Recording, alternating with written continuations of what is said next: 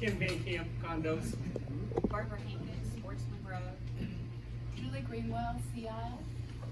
Tony Nims, the Dunes of West Beach. Chris Lauer, Bermuda Beach. Rosemary Gonzalez, Acapulco Village. Good morning, Peggy Saylor, Spanish Grand Beach.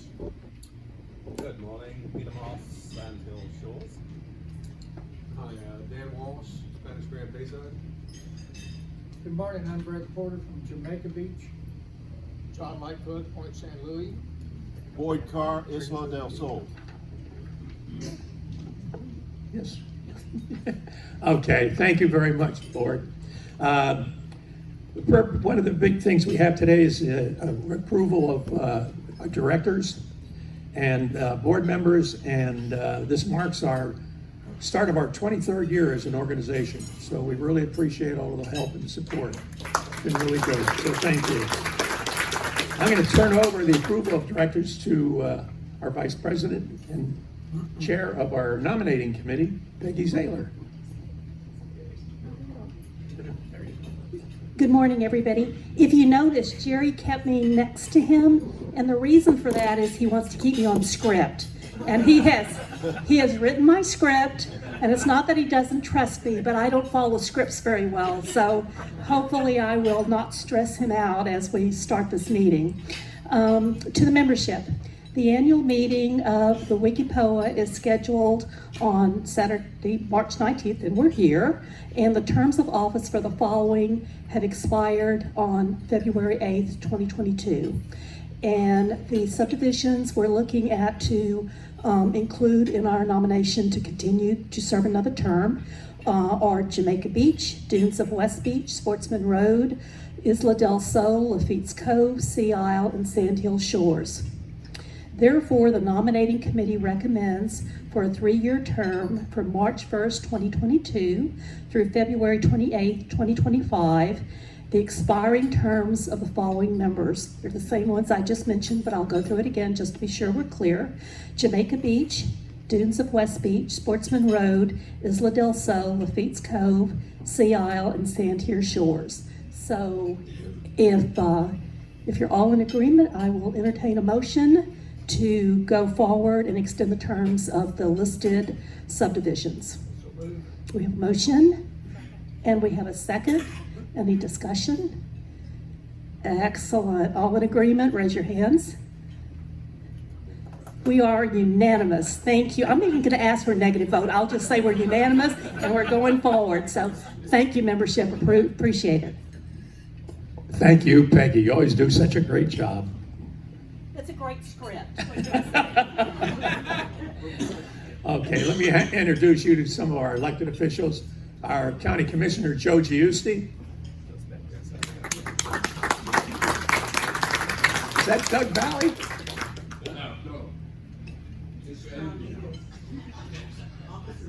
No. Oh. I'm a Sean Miguel, Lieutenant of the Galveston Police Department. Welcome, so good to have you.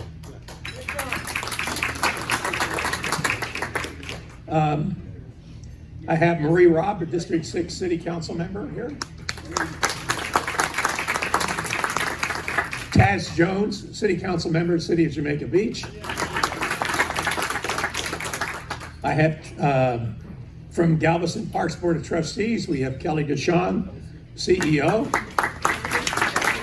Kimberly Ganassi, COO. And Trustee Marty Fluke. Jerry, we have Elizabeth Snyder from the Park Board. She's the, Elizabeth Snyder, she's going to be talking to us in a little bit. Thanks. Thank you. Have I missed anyone? All right, we're rocking. Let's have our corporate sponsors, Johnson Space Center. We're now Welby Financial, although our signs still say JSC. Our official name is Welby Financial, powered by JSC Federal Credit Union. I still like JSC. So. Well, we like JSC too, so if you call me JSC, I will respond, or Welby, I'll even respond to whatever you call me, so thank you for your support. Okay, now we have at this time, people running for office, elected officials. First, I'll introduce our District 6 City Council member, Marie Robb. Marie? I'm Robb. I'm running to represent you again. And I'd like to continue for the next 4 years. And I'm proud to announce I've been endorsed by both the police and the fire association. Thank you. Oh, we are having our campaign kickoff in this room on Wednesday evening at 5 o'clock. Thanks. Thanks, Marie. And thank you for making it short, so. Okay. Marty, you're pointing? Joe Juice? That's right, you're running too, Joe. I am. Yes. By the grace of God and a lot of good people, I'm unopposed. The way to have it. Okay, other candidate for District 6 is Marty Flug. Not a long one, Marty, okay? I'll keep it short too, Jerry. I got that plug that you just told me. I appreciate that. Anyway, I'm Marty Flug. You have a flyer to show you what my background is and why I think I can represent you. The business model of the city has changed. We have a $300 million business we're running. And now we have to match expenses to revenue, so they can't jack your taxes up more than 3.5% now.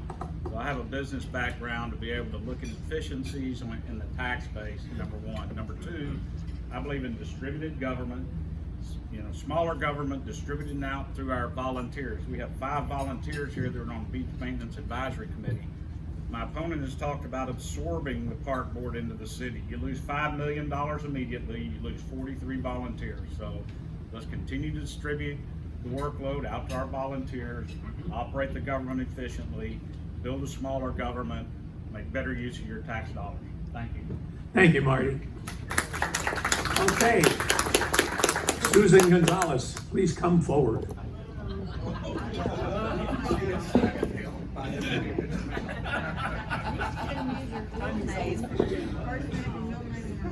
Susan Gonzalez has a company called CKM, and she has been with us since our inception.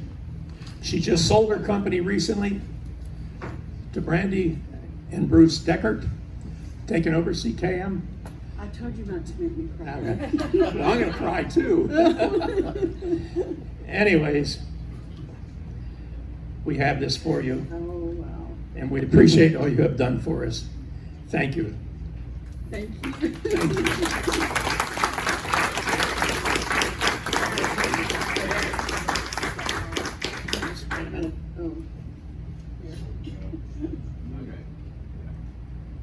By the way, CKM is Crystal Crystal, Kathleen. and Mom. That's it. That's her 2 daughters and Mom. So, thank you. We're gonna miss you. Thank you. Well, I'll still visit. Okay. This is yes. I'd like to introduce the new owners of CKM, and it's Bruce and Brandy Deckard back there. For those of you who know my company, it's been my baby. And I needed, it was a hard road to choose someone who would take care of it, as I have and as my employees have. So I hope that y'all will welcome them too. So, and I've really been appreciate of everything, all these board members and all the time that I've spent taking your minutes. And I've enjoyed my time, but thank you very much. And this was very embarrassing. Thank you. How about a nice round for Susan? Okay, we'll move on. So, board, if we can approve the February 19th minutes and the February 28th financials. So moved. Okay, Peggy. Where's Craig?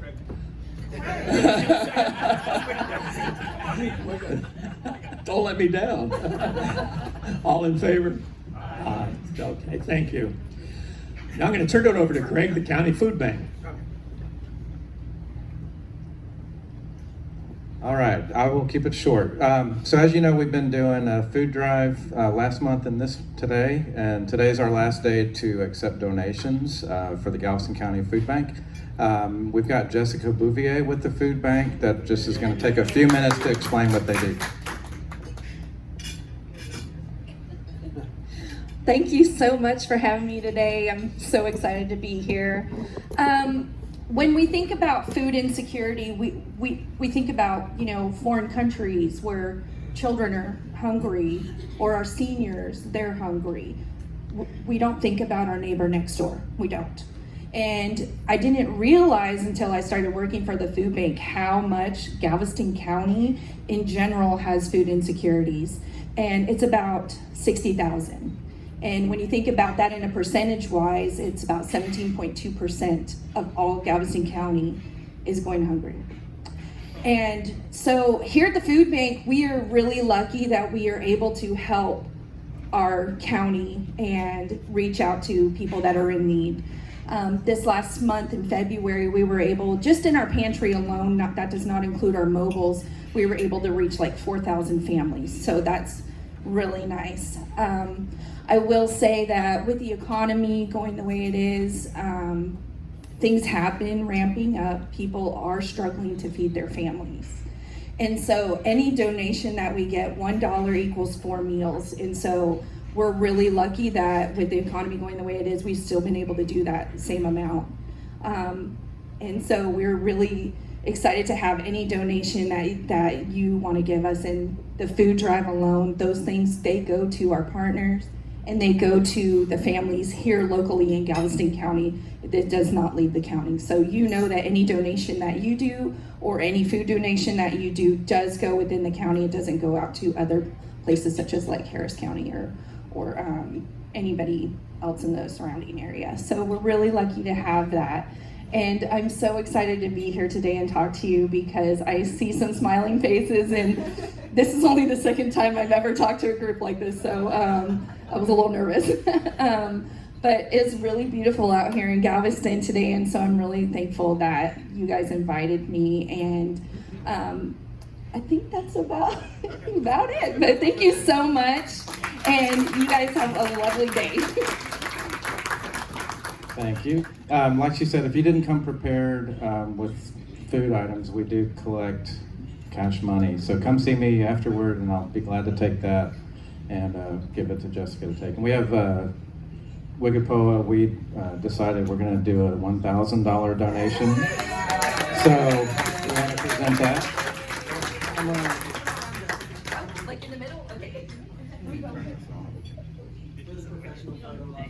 I am not, so.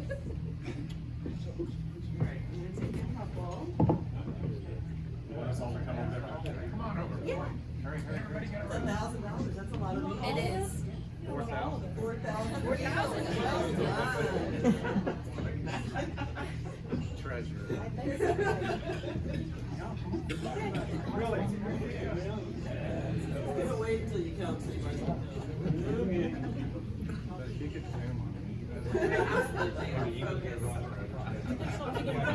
She's the face. Here, we'll do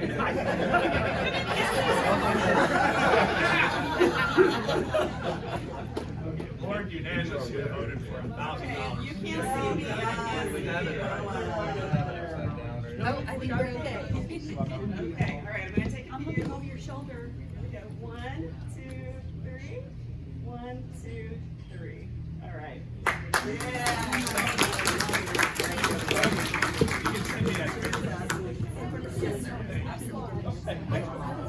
Thank you very much, Craig, for what you're putting this together.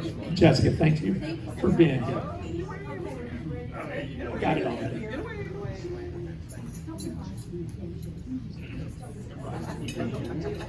All right, moving on.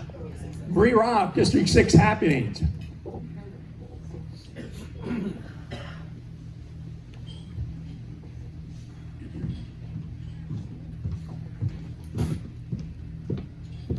Good morning, everyone. As usual, we always have a lot of things going on in District 6, and I know one of the topics that the Park Board will be talking about today is the inundation of seaweed permit that hopefully will have a good showing at the Park Board on the 22nd, and the Park Board will continue to do the permit.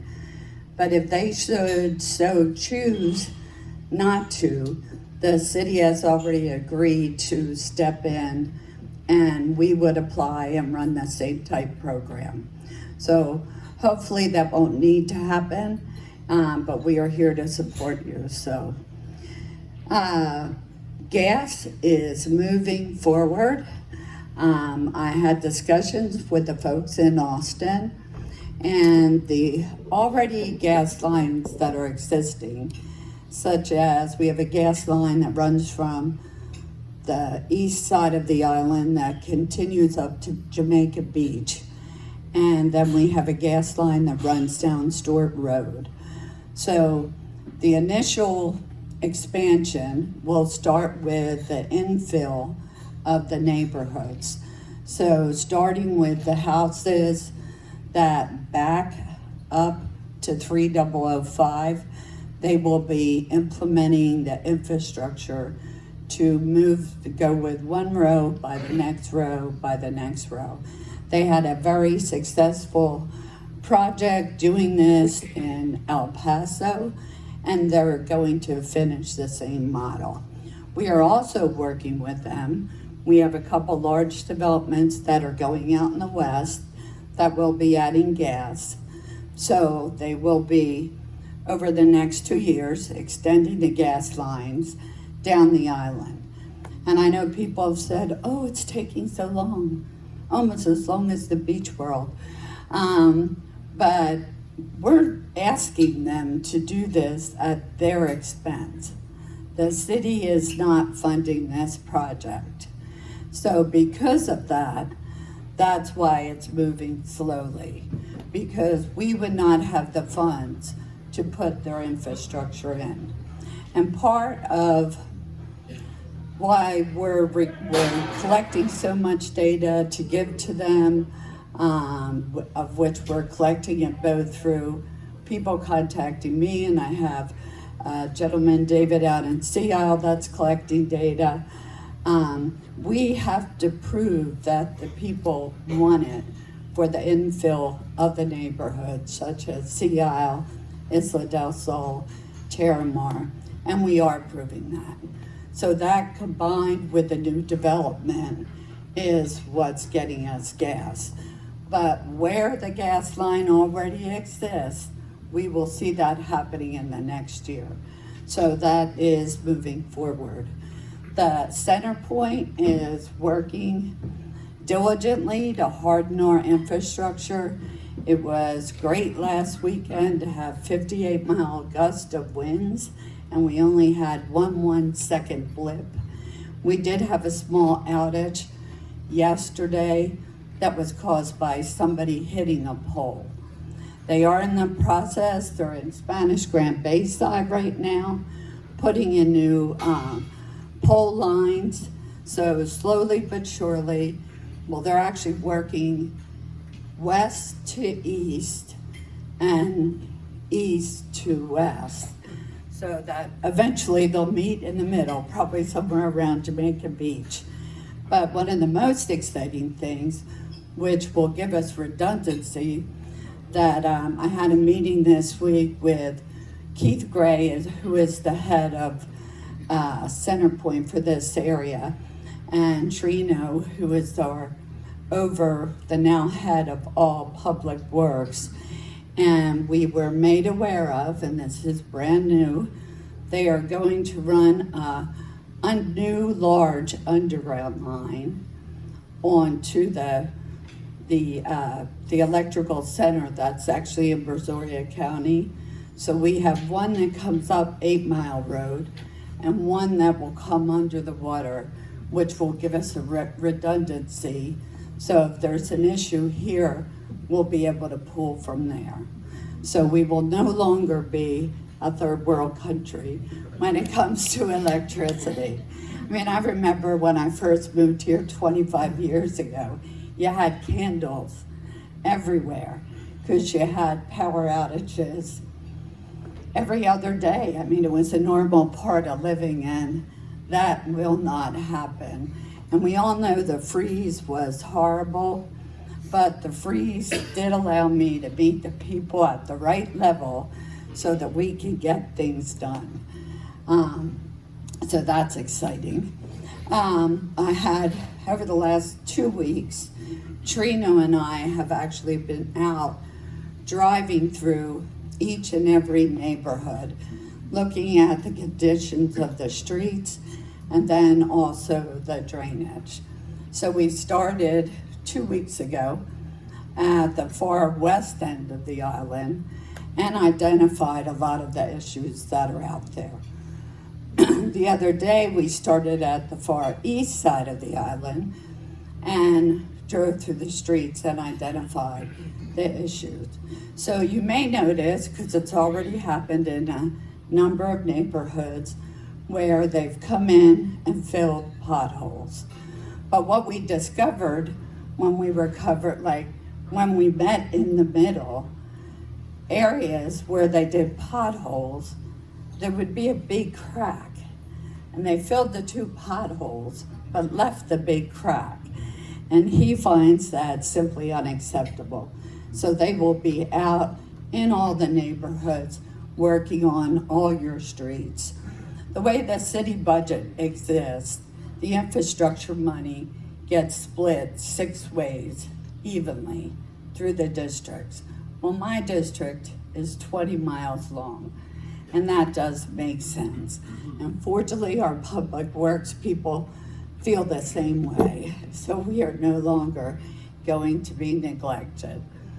We are working hand in hand. We had 2 meetings last week with the GLO to address the needs where we want to get more sand on the beach.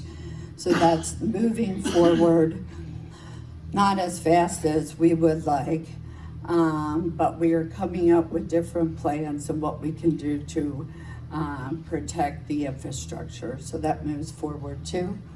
I guess I'll open it to any questions, if anybody has a question. I do. Kathy B. Young, Seaside Townhomes. You mentioned that, and I'm sorry, I don't know the gentleman, the Trino. And he is with Public Works? He's now over, there was a reorganization in our Public Works Department, and he is now the head. So he's head of Public Works.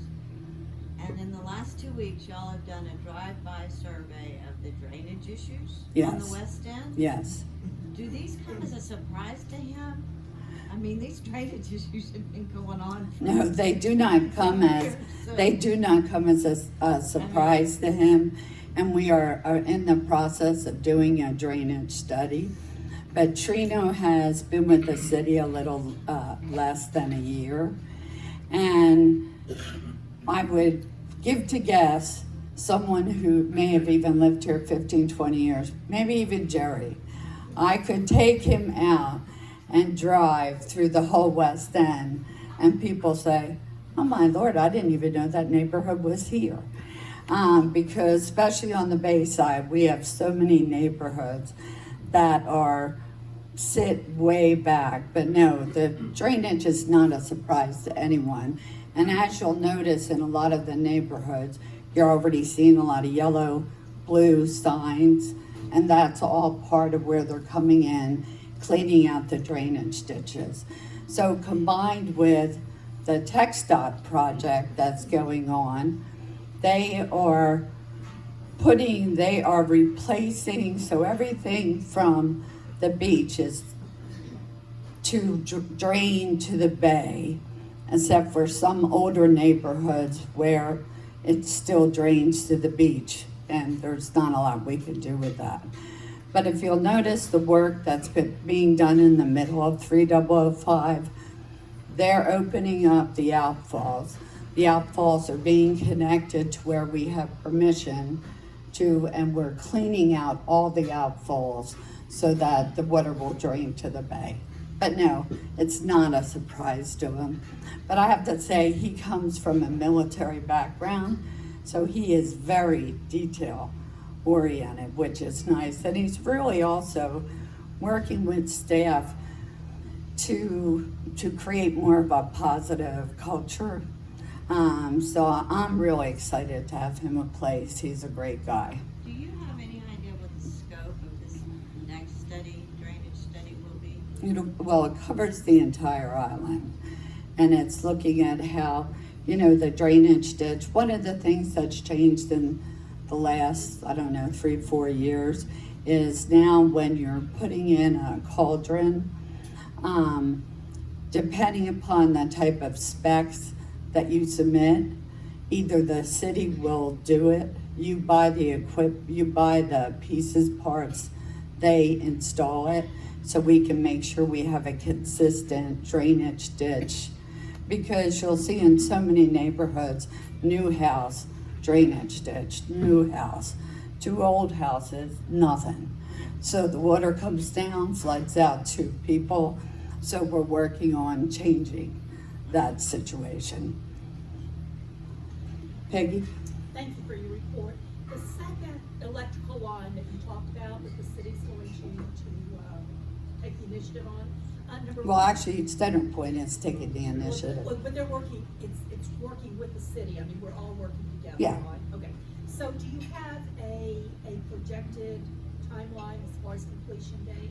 Well, the second line that's going, that will 4 to 5 more coming in from the west end.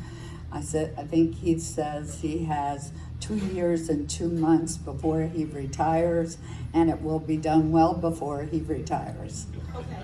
And I would say that it's so important to us if you find that you need any resolution from our body or hearing from Oh no, they're moving forward. The hardest job. Continue to move. The hardest job he had was convincing them to go underground. Okay. Because the conditions out of the past would not be successful above ground.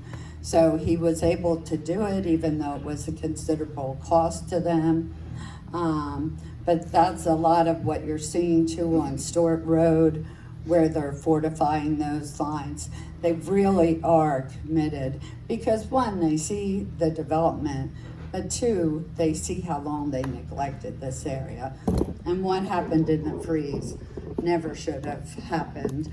And it was thanks to Keith when I think it was on my 50th call to him, when he said, let me give you the numbers to the people above so you stop calling me because I don't handle that now, that we were able to get it done. So I really do thank them for supporting us. Larry Chris from Parents Health. What is the timeline that Centerpoint, if they even stated it, as far as the removal of the creosote-coated timber that has been laid for miles now along 3005?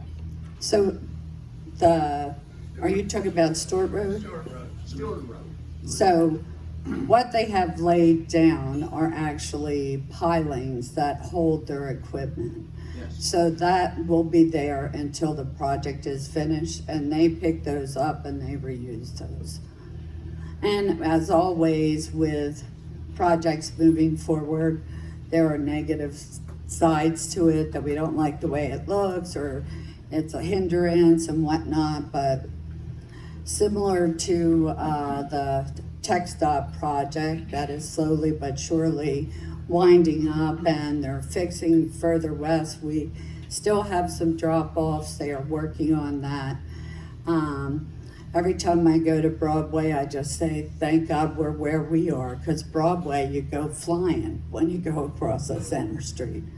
My reason for asking that question is not because I consider it a visual problem, but rather a environmental problem where you have these creosote pilings out bare on the ground, and after a while that creosote is gonna come loose out of those pilings. It's gonna get down into the ground and it's gonna get into our water system, and that's the reason for mine. Well, I'm not sure all the pilings they're using on the ground are creosote covered, but I can ask that question this week. But it's the choice they have in keeping their heavy equipment. So they're working as quickly as they can. He's talking about is not the mats that are down, the wood mats, is where they're stockpiling. The log. Actual poles, right? Yeah.